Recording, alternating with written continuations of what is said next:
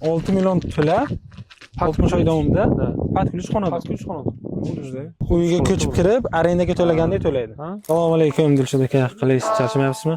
Xo'p, bugun Qorasuvda joylashgan majmuamizdamiz. Hozirda qurilish qanday ketayotgani haqida bitta obunachilarimizga ma'lumot bering.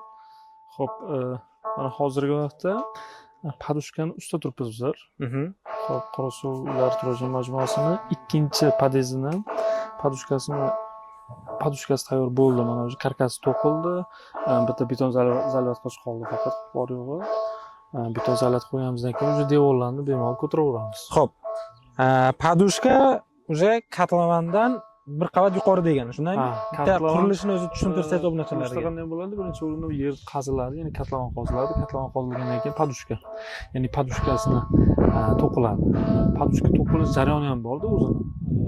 Birinchi bo'lib yerni gruntovka qilinadi, ya'ni presli tekislaydi. Keyin esa sashka qilinadi. Keyin izolyatsiya qiladi. Izolyatsiyadan keyin padushkani karkasini to'qiladi. Padushkani karkasini to'qib bo'lgandan keyin ustidan beton zalyat qiladi. Undan keyin o'sha devorlar ko'tariladi, fundamentlar ko'tarilish boshlanadi. Shu holatga beton quyilgandan keyin katlaman va padushka tugadi hisobmi yo? Padushka tugadi hisob.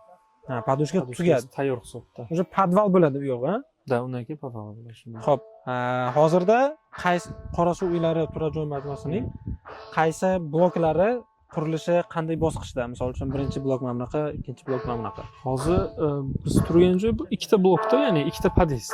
Ikkita podyezd mana xuddi mana shu hozirgi holatda padushkasi deyarli tayyor.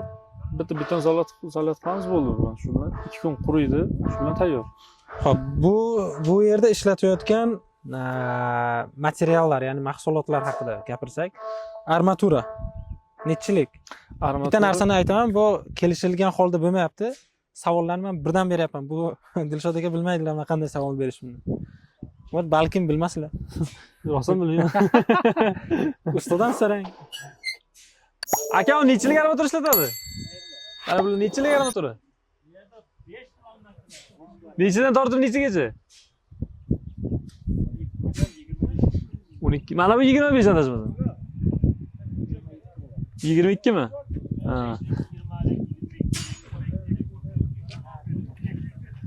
Usta akalar aytdilar, 12 lik armaturadan 25 likgacha armatura ishlatiladi. Tak va beton markasi o'rtacha 250 300 atrofida bo'ladi.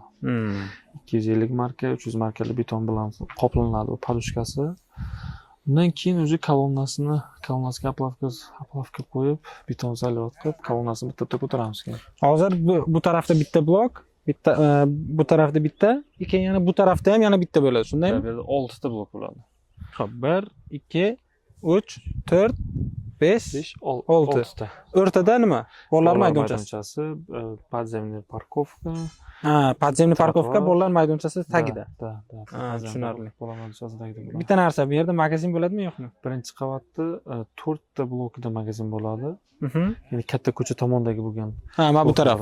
Katta ko'cha tomondagi bloklarga magazin qo'yiladi faqat. Magazin bo'ladi. Qolgan ikkitasiga?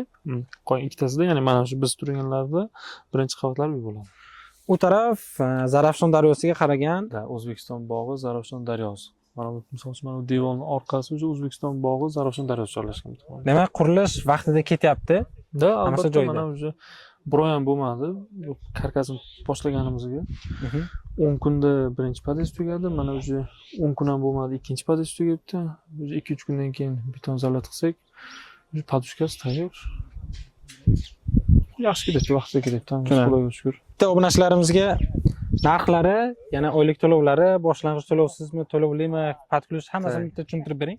Xo'p, qarang, agar xonadon xarid qilmoqchi bo'lsangiz, oylik to'lovlarimiz 5 million so'mdan boshlanadi. 5 million so'm oylik to'lov. Bu korobkadagi xonadon. Korobkadagi xonadon. Patkulishniki 6 milliondan boshlanadi. 6 million to'lab 60 oy davomida patkulish xonadon. Patkulish xonadon. Patkulish xonadon. 2 yilda bitadi bor edi. Ya'ni protsessi qanday bo'ladi? Umumiy muddat, rastochka muddati 5 yil bo'layotgan bo'lsa, 2 yil pul to'lab uyni kutadi, keyin 3 yil uyda yashab pul to'laveradi. Uyga ko'chib kirib, arendaga to'lagandek to'laydi. Oqibatda 5 yilda shu uy qisqa cho'mchagingizda qoladi. Juda. Xonadonlar shu aytib o'tganimizdek, xohlasa podключ, xohlasa korobka, qaysi qulay kelsa, ikki tartibdan bor. Kimga kerak bo'lsa, ekrandagi raqamlarga murojaat qiling. Sog' bo'ling, charchamang.